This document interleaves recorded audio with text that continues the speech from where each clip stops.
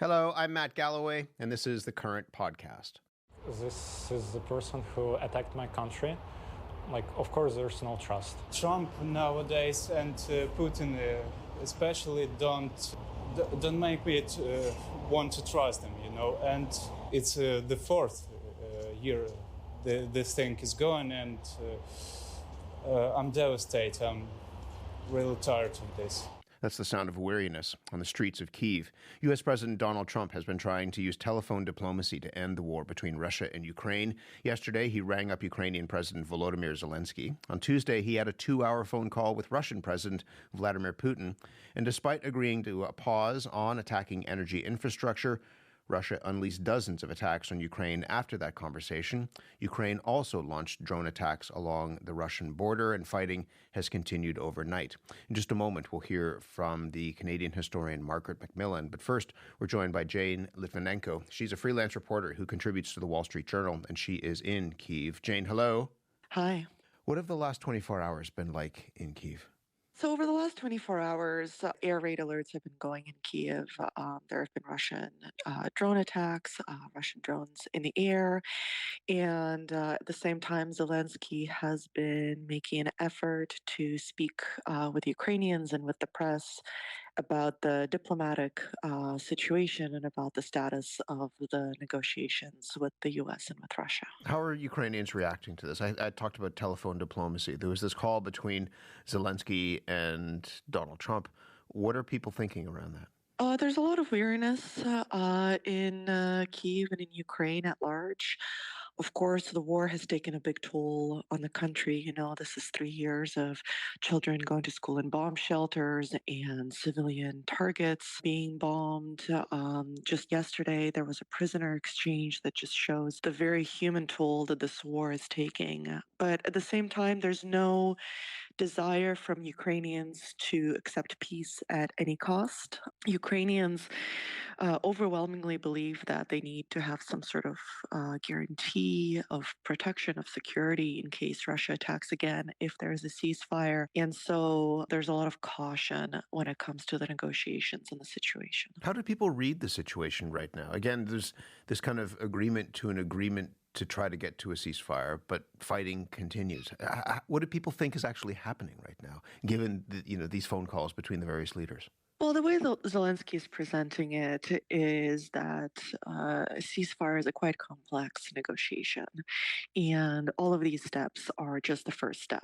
He's said publicly that Ukraine is ready for a full ceasefire, not just in the air, but also in the sea and on the land. But that will take some time to implement. But I will say that looking at polls, the trust in Zelensky from Ukrainians is quite high. So it seems like there's a sort of just a wait and see feeling across Ukraine at the moment.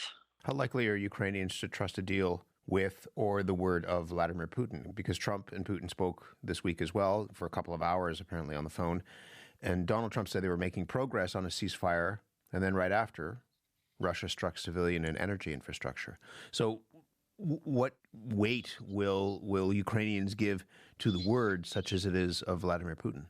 Ukrainians have a very bitter experience with Russia. Of course, the war began in 2014, the full-scale invasion 3 years ago, and even after 2014, there have been many attempts at ceasefires that have been broken. And I think that that's the exact reason why Zelensky has been including European leaders in the development of Ukrainian defense industries and potential ceasefire talks. And that's why the U.S. is involved as well. Ukrainians don't trust Russia. They have very good reasons to not trust Russia, but they do put faith in their European and North American and global partners that if a ceasefire is reached, perhaps a technical approach to enforcing it could keep the peace.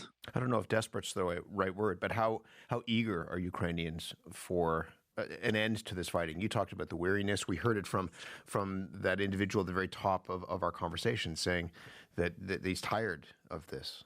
When you go to frontline towns, the people there who face bombings daily and hear artillery fire in the background just as they go about their daily routines, they place a lot of hope in the idea that maybe the war will be over soon. But no matter who you speak with in Ukraine, the majority opinion is that the peace should not come at any cost. There is a question of justice. There have been many war crimes that Russia has been accused of. There have been many Ukrainian cities destroyed, Ukrainian children kidnapped, Ukrainian civilians and soldiers taken prisoner in Russia. And so none of those questions can go unanswered before a ceasefire or before a true peace is reached. What about territory? Marco Rubio, the Secretary of State for the United States, said that Ukrainians will have to make decisions on, in his words, difficult things. And part of that, he believes, is giving up perhaps some, maybe all, of the territory that has been seized by Russia. Would Ukrainians, in the face of that weariness, 3 years into this war, wanting things to settle down, would they be willing to consider that? During a press call with reporters yesterday, Zelensky said that the question of territories will no doubt be the most complicated question. Ukraine still has a small toehold in the Russian territory of Kursk, although that has been shrinking in the recent weeks. Kiev had been hoping to trade that for some territory that Moscow is occupying, but that, by all accounts, will be one of the most complicated conversations. And if a concession is made, it'll be one of the most difficult concessions, although Zelensky and Ukrainians at large are very clear that there will never be a recognition that the territory that Russia occupies is Russian territory. It will always be Ukrainian territory in the eyes of Ukrainians. If he makes that compromise, you've said that Zelensky has a lot of support still from Ukrainians, but if he makes that compromise, will that support diminish, do you think? It's an open question. The popularity of Zelensky ebbs and flows with the situation on the front line and with the political situation. I think many Ukrainians are pragmatic, but they're also unwilling to see Russia rewarded for beginning this invasion. So how this will develop in the future, I think it's $1 million question. I think that's what we have to wait and see and find out where the negotiations land. But in the meantime, is your sense that people are optimistic that, as we say, this might be the beginning of the end? It's possible. I would not say that there's optimism in the air here in Kiev or across the country, but there is a sort of hope for quiet. Ukrainians have been through a lot over the last 3 years. Many have lost their families, their lives, their homes. And so I do think that there is a desire to see some sort of winding down of the conflict, but again, not at any cost. Jane, it's good to speak with you as always. Thank you very much. Thank you so much for having me. Jane Litvinenko is a freelance reporter who contributes to the Wall Street Journal. She was in Kiev. Margaret MacMillan is an emeritus professor of history at the University of Toronto, emeritus professor of international history at the University of Oxford. Her books include Paris 1919, about peace negotiations after the First World War, and Nixon in China, about Richard Nixon's famous meeting with Mao Zedong in the 1970s. Margaret, good morning to you. Good morning. What strikes you about the way that U.S. President Donald Trump is approaching ending this war in Ukraine? I don't know what he thinks he'll get out of it. He wants to end the war, but he doesn't seem to be negotiating in a way that will force Russia to make any compromises. I mean, he's, as far as I can see, conceded a lot of Russia's initial demands. And I thought the symbolism of the phone call between Putin and President Trump was very telling. Putin kept Trump waiting for 40 minutes for the call, which I think shows something about the position Putin feels that he's in. I was going to say, who do you think has the upper hand between Trump and Putin? But you've kind of answered that in some ways, that Putin is playing a little bit with Donald Trump. I think he's playing more than a little bit, and he's so far made no concessions whatsoever. He's continuing to insist that territory which Russia doesn't even occupy should be part of the deal. He's insisting, or trying to insist, that Ukraine not be rearmed during any period of truce. He's, of course, insisted on no NATO membership for NATO. He's trying to insist on no NATO troops in Ukraine for safekeeping, for peacekeeping. And so I don't see any signs that Putin is actually willing to make the sort of compromises you need if you're going to get some sort of successful deal. The suggestion is, and the deal is interesting because Donald Trump likes to say that he is, the master of the art of the deal. And he likes to believe that he can be a peacemaker in this situation, perhaps others as well. And you could look at that approach to Ukraine maybe in a broader pattern of pulling away from allies, the tariff threats against people like us in Canada, against the European Union, the threats to take over this country, to take over Greenland, to retake the Panama Canal. Do you see any historical precedent for something like this, the way that he is acting and operating?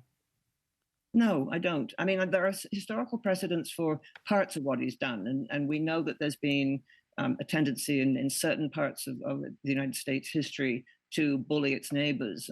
The great hero of President Trump seems to be either President Polk or President McKinley, both of whom had ambitions to take territory beyond America's borders and in some cases did.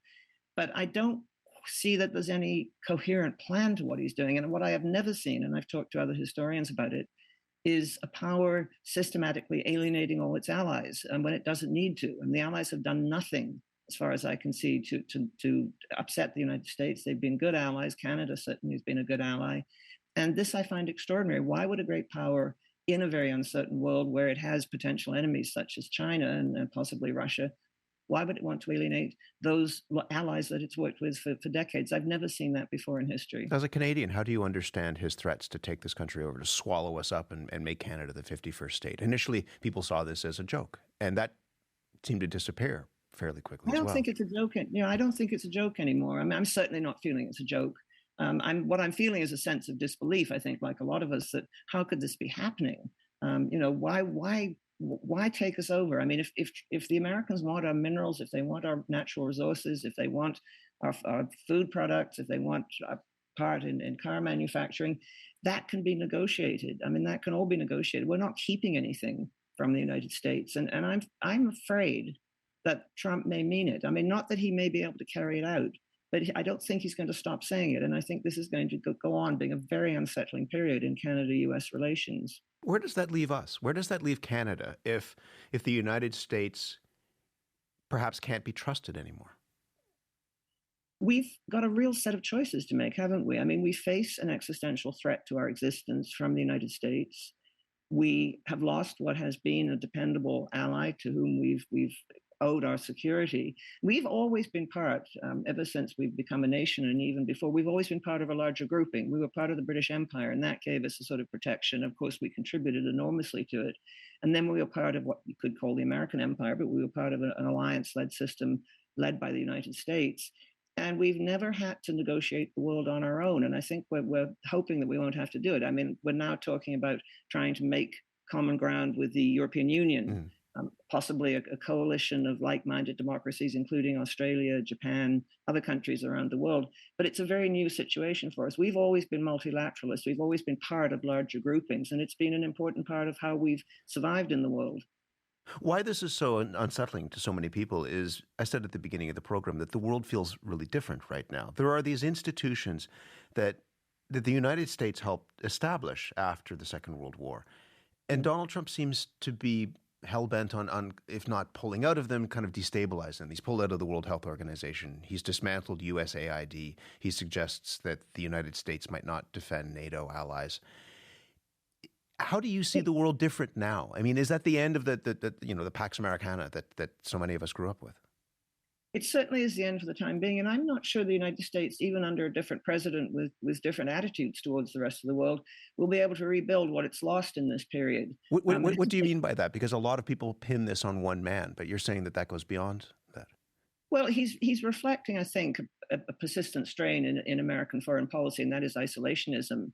But the way in which he's doing it is disrupting an international order which has actually served the United States very well. And the Pax Americana was good for the US as well as for the rest of the world. And what concerns me now is that the world is more integrated than ever in many ways. We all face the common threat of climate change. We all face the common threat of pandemics, again, spreading around the world. And the world is becoming more fragmented. I mean, Trump's view seems to be that if you're a big power, you swagger around in your own neighborhood. I mean, he seems, but who knows? It's very difficult to pick out a consistent thread in a lot of what he says.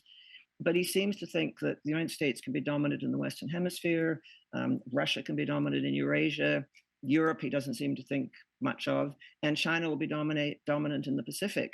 But that means a very unstable world. Great power blocks have always been unstable, and there have always been the borders between those blocks where they clash, where they're irritants. And I think we face also the prospect of an arms race. We already have far more weapons than we need to destroy the whole world. And you know, we're dealing with very dangerous things here. What is the fallout of that? I mean, people have talked about the decline in soft power. USAID provided aid, but it also was an instrument of soft power from the United States. And when you remove that, the suggestion is that China is there waiting to step into the breach, perhaps Russia as well. What do you see as I mean, I'm not asking you to predict, but looking at history, what is the fallout that this might create? Soft power matters. I mean, power matters, but power is made up of many different things. It's not just the weapons and the hardware. It's not just your economic power. It's also how much you can persuade others to do what you want and how much others think that you might be the sort of country that they would like to ally with. And the United States had that soft power, and American culture was enormously powerful around the world. And I think the USAID cancellation has led to misery across large parts of the world. And I think the cancellation of the Voice of America, Radio Liberty, this is all destroying America's capacity to attract people to want to be like the United States. And I don't know why. I mean, it seems to me an unnecessary thing to do. USAID was a fraction of the annual US budget, but for some reason it was seen as sort of weak-kneed and soft and sentimental. But power involves a great many different things. And as I say, it's not just the hardware, it's much more than that. Is there anybody that could step into that breach? I mean, if there was an American-led rules-based international order that may have had its faults, clearly, but is there anybody that can step into that breach? We're talking about this when it comes to, Ukraine and safeguarding Ukraine, but it goes well beyond that. Yeah. Well, I don't see Russia stepping into that breach, partly because it's not a strong power. I mean, it's been very badly damaged by this war. We all know that the Russians have taken tremendous losses and they have not done well. I mean, this was a campaign they thought would be over in a week, and here we are into the third year. The Russian economy is in a mess, Russian demography, the birth rate is going down. This is something Putin is now worrying about. And China's on their borders, and China is much more powerful. So I don't see Russia as becoming a major world power. China's the obvious one. And the Chinese already trying to make up some of trying to take advantage of some of the openings that the Americans have left. I mean, they're very active in Latin America, for example. They're increasingly active in Central Asia. They're active in Europe. The only possibility, I think, is the Europeans themselves, and whether or not they can pull together in defense of European existence and European values is a very big question going into the future.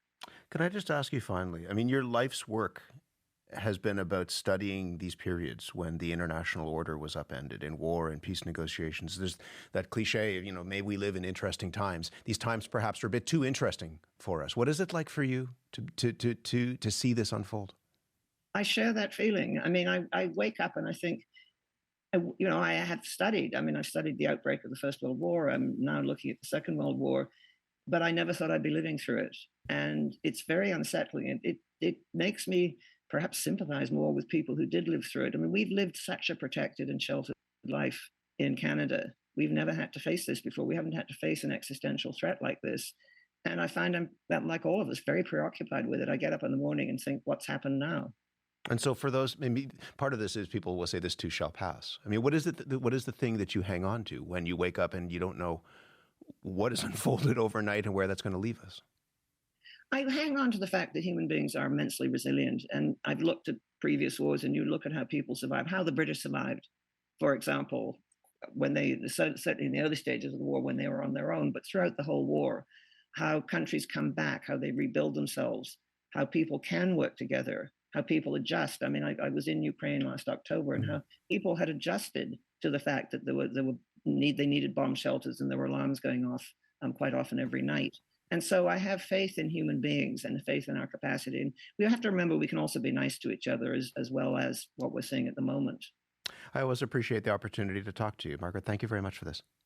Thank you. Margaret MacMillan is the author of Paris 1919, Nixon and China, and many other excellent books. She is Emeritus Professor of History at the University of Toronto and Emeritus Professor of International History at the University of Oxford.